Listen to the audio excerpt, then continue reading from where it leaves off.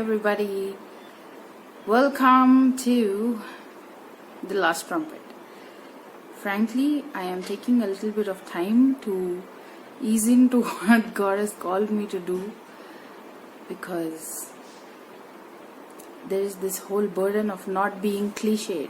So I'm trying my level best to not be a scoffer myself, but obediently do what He has called me to do. And I feel led to share this with you today because the human society suffers from a severe malfunction called guilty conscience. And apparently, there is literally nothing in this world that can clear our conscience and make us feel blameless except for one way, which is unfortunately over marketed by the religious systems of the world, wielded for political power and influence over human society, human minds and human souls. These are dark times we are living in, yet it is not dark because we have the light of the world living in us as His, how do I say this? It is not us that live anymore, but Christ who lives in us. Hence, even though it is so dark, we still have hope, don't we? So, I want to welcome everybody who's watching for the first time. In case you're wondering, this is a channel simply started by me, dedicated to everything that God wants to speak to His children through me, and even the things He speaks to me, sometimes I feel led to share with my brothers and sisters and you, because we never know. We never know which word will encourage us and which word will deliver us. But God's words are like pearls. So I aim to put out all of those pearls on this channel whenever I feel led to do so. Because you don't want to overdo it either, because they are pearls. You don't want to throw them out. So this is one of those rare videos where I am here and I'm going to talk about a very important issue called conscience. So,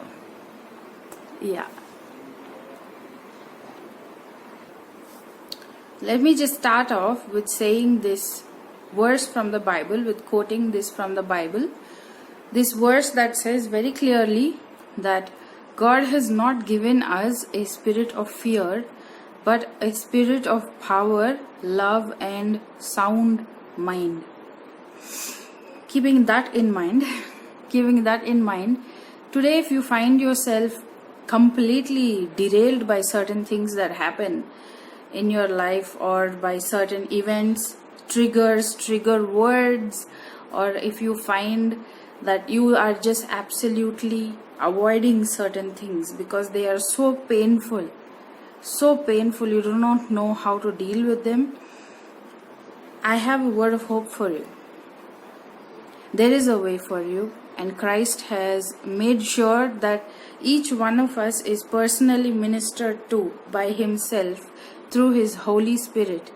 Now, the pains that I have gone through will not be the same as yours, but I want you to have this hope. I want you to have this hope because it is a very real hope. It is a very real hope. We have a real Father. We have a real God who ministers to us very, very personally. And He is on your side. He's on your side. He's not on your parents' side.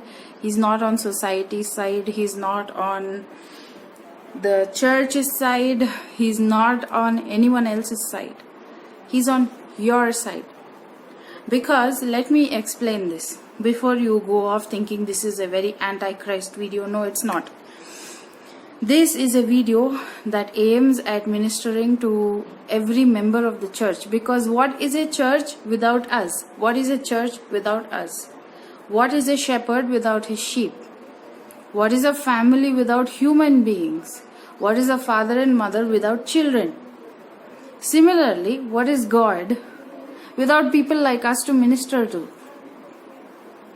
You heard me right. You are God's priority. He wants to minister to you. It's His heart to minister to you. He is a servant first. He is a servant king. So I humbly ask you to just calm yourself and sit in a comfortable environment, because you may need to note down these things that I am saying.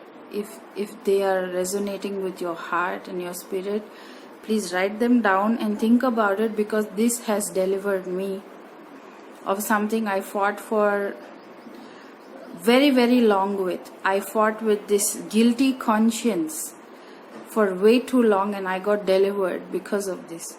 So let me start off with this. So there is a verse in the Word of God that says, where Jesus talks to the Pharisees. You know, the Pharisees can represent anybody who has higher moral ground than you today. They can represent authority. They can represent unquestionable authority in your life today. So you can put those faces in the place of the Pharisees today. And Jesus is Jesus is speaking to the people regarding the Pharisees, when the Pharisees are obviously, messing around, because they are not happy with the loss of power once Jesus enters the equation. So he says, unless your righteousness exceeds that of these Pharisees and Sadducees, who are perfect apparently, because somehow they're keeping all 10 commandments. Oh my God. So, unless your righteousness exceeds the Pharisees and Sadducees, you cannot enter the kingdom of heaven. Amazing, isn't it? Now that may look very grim to most of us, but I am telling you that is full of hope for you and me, because the second you accept that no, you can't, no, you have holes in your life, no, you are not perfect, the second you come to yourself and realize how miserable you are on your own, you can't even stand up to human beings who have higher moral ground than you, who are obviously not perfect, whom God has called whitewashed tombs. Let me clarify. Yes, when you realize that you are unable to stand up to these bullies in your life, you realize the need for Jesus Christ. And when you realize the need for Jesus Christ, you are on your way to be delivered of the spirit of fear, slavery, bondage that pushes you into things that you do to please everybody else, just so that they can give you a clean sheet, just so they can clear your name on their bad list, good and bad list. So you want to be off their bad list, so you do things to please them. And if they say you're awesome, then you must be awesome. Then even God has to accept that you're awesome, right? Yeah. So we're dealing with that here. Unless your righteousness exceeds the Pharisees and Sadducees in your life, you cannot enter the kingdom of heaven. Now, how do we do that? What if the Pharisee and Sadducee in your life is a image of Mother Teresa? How will you outdo Mother Teresa? How? You are not Mother Teresa. So, you are yourself.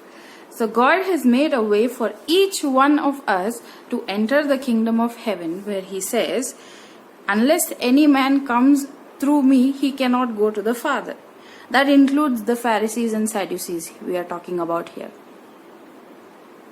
So I want you to just calm down, and not in an offensive way, but I know remembering these bullies in your life can be a little traumatic. So I just want you to superimpose the bullies' faces on these Pharisees and Sadducees and understand that pleasing them is going to get you nowhere. It is way better to be like the repentant whore, or let's say the repentant Peter after he denied Jesus, or always a Peter, okay? Always be a Peter. Don't be Judas Iscariot. Don't kill yourself. Don't kill yourself. It's okay if you're miserable. If you're miserable and you still want to be with God, then God will chase you down and console and reconcile you to Himself. But please do not kill yourself. Unadvisable. And the next thing I want to say is, carrying on with the whole Pharisees and Sadducees, the Bible says that no man is justified by the law. Now, the law was given back then when the Israelites came out of Egypt, out of mind control, witchcraft, slavery, and heartless, tyrannical slavery. And how will a slave behave after he has been mind controlled for way too long? How will they behave? Just imagine. Someone has enslaved your family for like 2 years, telling that, falsely accusing you of being a cursed race by God. Now, before Christ, if that was the scenario for any human being, they would turn vengeful. They would go out and do the most vile things possible to take revenge. That's what the Israelis were doing in the desert. The second Moses went out of their sight, superior authority is gone, and now they are running rampant. They are doing incest, they are doing orgies, they are doing everything that they could never do in Egypt. Basically, they were just having the worst outburst of crazy ever. And these Israelis, with their deranged minds, were thinking that they are so awesome out of that vengeance they had because of the slavery, and they thought that God was pleased with them and He thinks that they're awesome, that's why He saved them. So the Bible records they ask God for the law. They do. Now, so, and then God, like the good parent He is, gives them only 10 laws. He could have given 50, but He gave only 10. Very basic laws. All of the laws are centering around one thing, that is, treat the other person as yourself. Love the other person as yourself. And they just could not do it after that, because deranged. Right? So, the law was given for the singular purpose of exposing mankind's need for Jesus Christ. Alright? So if you have any Pharisees and Sadducees in your life today, they will always judge you by your actions. And the worst weapon these sometimes even narcissists and psychologically ill people can do this. They may inflict the pain of their life onto you when they see you being very joyful, because that's how humans are when they are not fine here or here in the heart.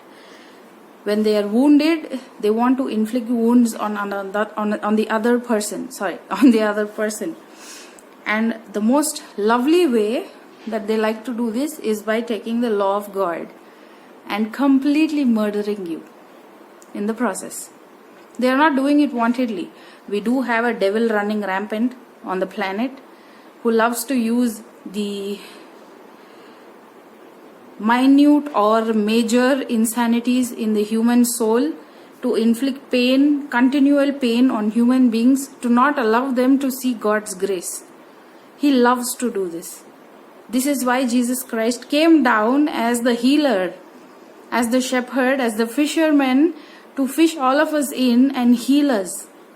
Give us a free will, give us a fair share, a fair choice, where we can make a decision with a sane mind, whether we love God or we love the world and we want to go our own way. So, there is that part in the New Testament where the Word of God says that believers, after they have reached a point of maturity, can come to a place where they can stay with God or choose to leave. Now, how is that possible? Right? But it is. That's who God is. He loves you and He wants you to have your own opinion, and He wants to reason with you. God wants to reason with you, yes. And He never comes to you saying, "Oh, you dirty thing." No, He always comes to you saying, "My beloved child, my love, my darling, my daughter." Or He's not formal at all. He's like that still small voice, and you know it is God, because the second you hear His voice, all of your pain just dies out and you are in complete peace. And you are unashamed. You don't feel like hiding from Him. Moving on.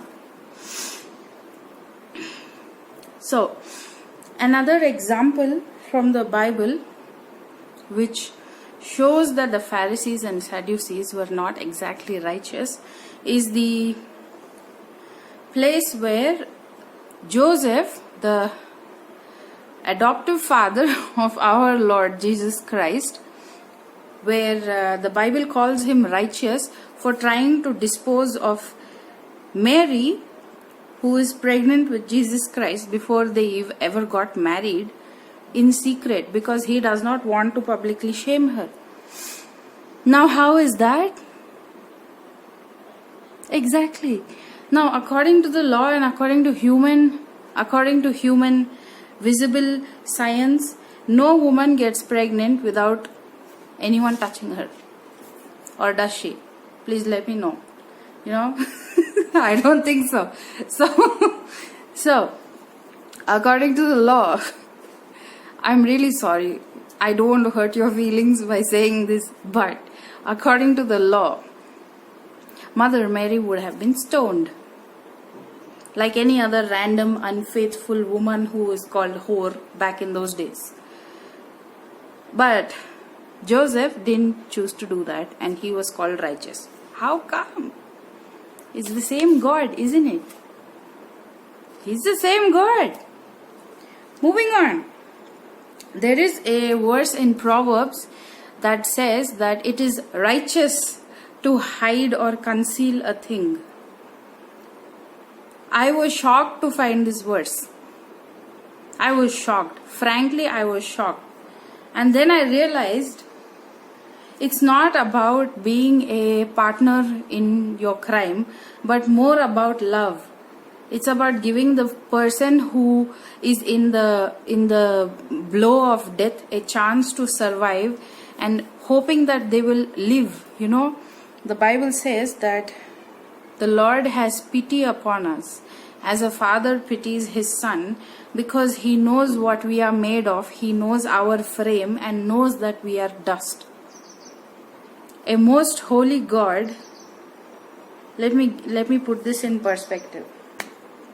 God is so pure and holy that the high priest, who would enter the Holy of Holies once in a year, would enter in with a chain around his ankle, because sometimes they would not come back alive, so they had to be pulled out. Because the glory of God was that pure. It would strike down anything that is not holy or evil. Okay, so that's our God, and yet we see Him having pity on us. Now, how is that possible, So then, who is the God of the Pharisees and who is our God? Exactly my point. I'm coming there. So, we are covered.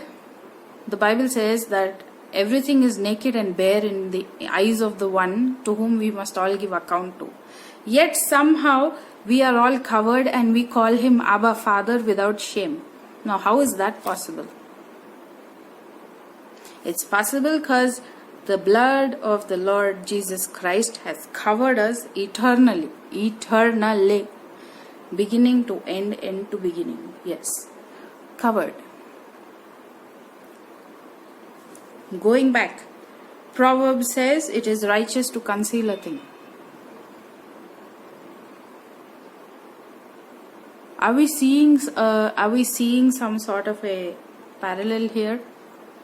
God considers it righteousness to save someone and to give them a fair chance at life, to show mercy where you can.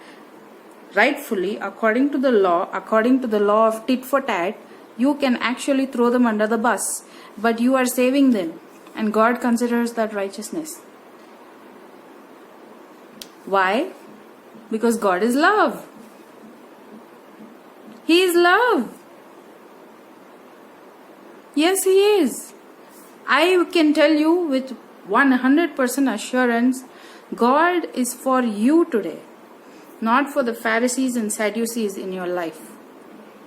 In fact, God is jealous for you today, and He wants you to dethrone these Pharisees and Sadducees and put Him in the throne room.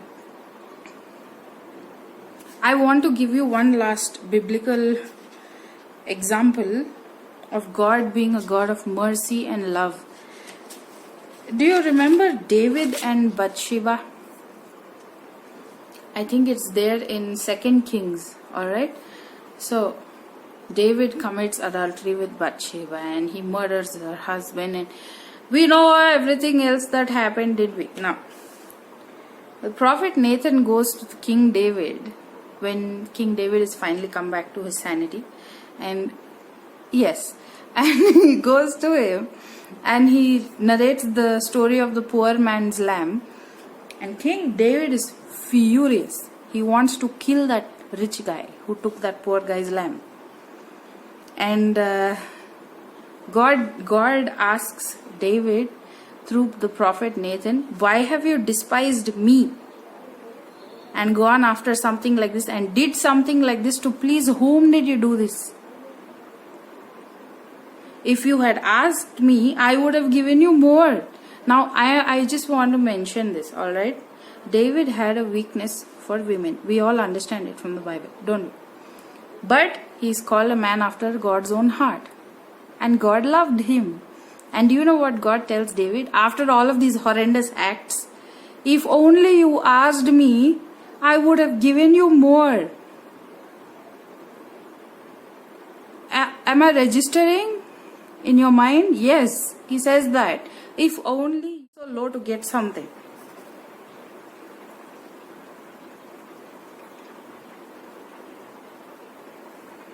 He fulfills the desire of every living thing on the face of the earth when He opens His hand. That is also there in the Bible. Only a God of love who values every single human being to the point of death and beyond will say something like that. The God of the Pharisees and the Sadducees would have immediately had David killed, exposed his sin to the whole nation, and had his wives distributed as gifts. But what did God do? The second David despised himself for what he did, the Lord says, I have taken your sin away and put it off from my eyes. God is a God of relationship. God is not narcissistic. Our Father is not narcissistic. Our Father is not a control freak. Our Father is not a psychopath or a God who values His reputation more than our livelihood and joy. He gave up His only Son for us to be delivered, healed, and to be part of an eternal inheritance, of which we are not worthy, 100%, but He makes us worthy. This is our God. And I want to encourage you, sister, brother, friend, beloved watching me. Please don't condemn yourself. God has condemned your sin on the cross eternally in the flesh of His one and only beloved Son, Jesus Christ. Watch the passion of Christ. Watch what all He has endured for you. You are more precious than rubies to Him. No matter how many Pharisees and Sadducees in your life today come and stand there and try to condemn you and break your self-esteem, He is going to bend down and write on the ground and say, "Let him who never sinned in his life cast the first stone." And the one who actually never knew sin is going to forgive you and set you free. This is our God. This is why I break off these shackles of condemnation over you completely in the name of the Lord Jesus Christ. May you come to a knowledge of His blood that He spilled for you, not out of guilt. I don't want you to feel guilty. God says that in the Word of God, He says that He has made you His son and daughter out of the good pleasure of His own will. Nobody can make God do something. God has to do it out of His own free will. And it gave Him pleasure to make you His child. He saw you before the foundations of the world, before time began, and chose you for Himself. And His Son was crucified even before the world began. Because obviously the timelines of the spirit realm and the physical realm are very different. Hence what seems to us as Christ coming to the earth 4,000 years after Adam is actually it's like the starting of the world in the spirit realm, even before Adam. Don't allow the spirit of condemnation to ruin your life. Don't. Dethrone every Pharisee, dethrone every Sadducee. The only Lord of your life is love and agape love in Jesus Christ. The one who covers you and enables you to walk on your 2 feet. The one who makes you roar like a lion. You may see yourself and think, I have so many flaws, why would God want to show Himself through me? But that's what the Bible says. It's His good pleasure to call us His sons and daughters. And He made us His sons and daughters. He has set His treasures in jars of clay.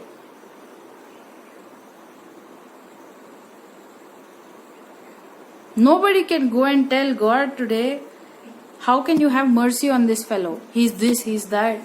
The Lord is straight off going to quote this verse and paste it on His face. I am the Lord, I will have mercy on whom I have mercy.